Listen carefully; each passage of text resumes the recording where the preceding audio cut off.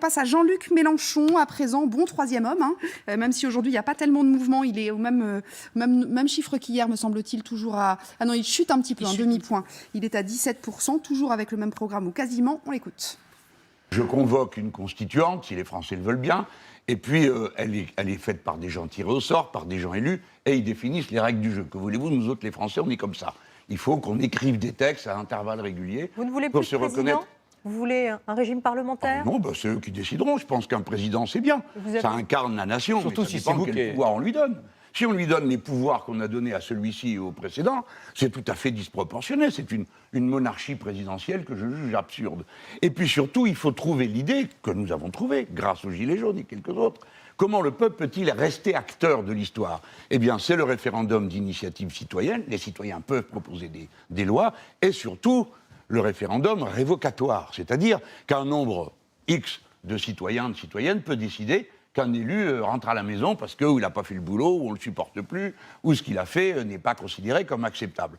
Alors voilà, le référendum révocatoire, c'est ce qui oblige tout le monde à bien marcher dans son rail.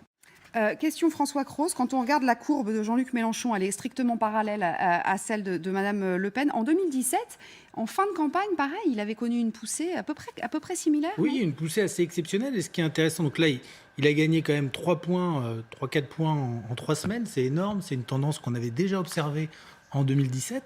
Mais en 2017, il y avait 2 semaines de plus. Et ce qui est assez ironique, c'est qu'il finit à 17%. Donc le 8 avril, c'était exactement son score le 8 avril 2017. Sauf qu'il y avait 2 semaines de plus. Oui, c'est donc ça, il a fini à quasiment 20% en métropole. Donc vous voyez, lui, je pense qu'il va vraiment regretter le calendrier électoral qui fait qu'on a une campagne par tout le monde. Il est réellement très loin de Marine Le Pen. Oui. Il y a un nombre de points très important.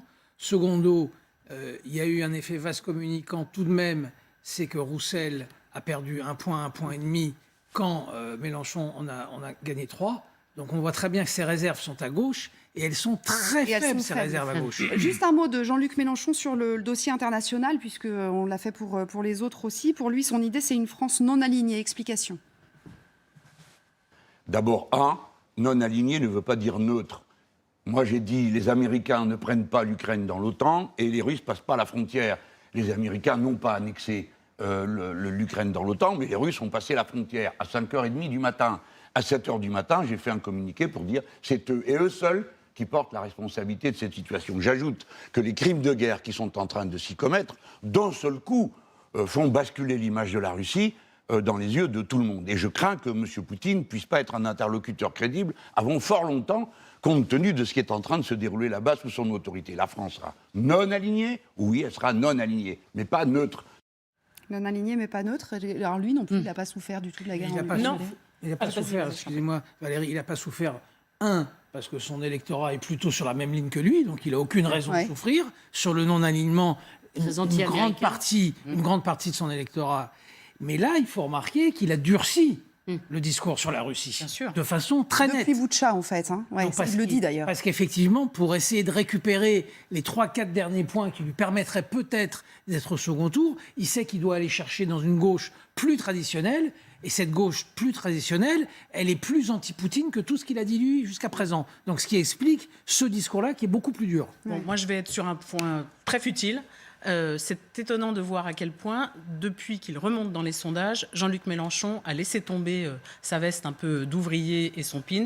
Il est en cravate et en costume, costume présidentiel. C'est plus gauche sociale. Allez, on revient dans une seconde. Courte pause, on continue de commenter ces résultats. C'est notre dernier sondage, je vous le rappelle, avant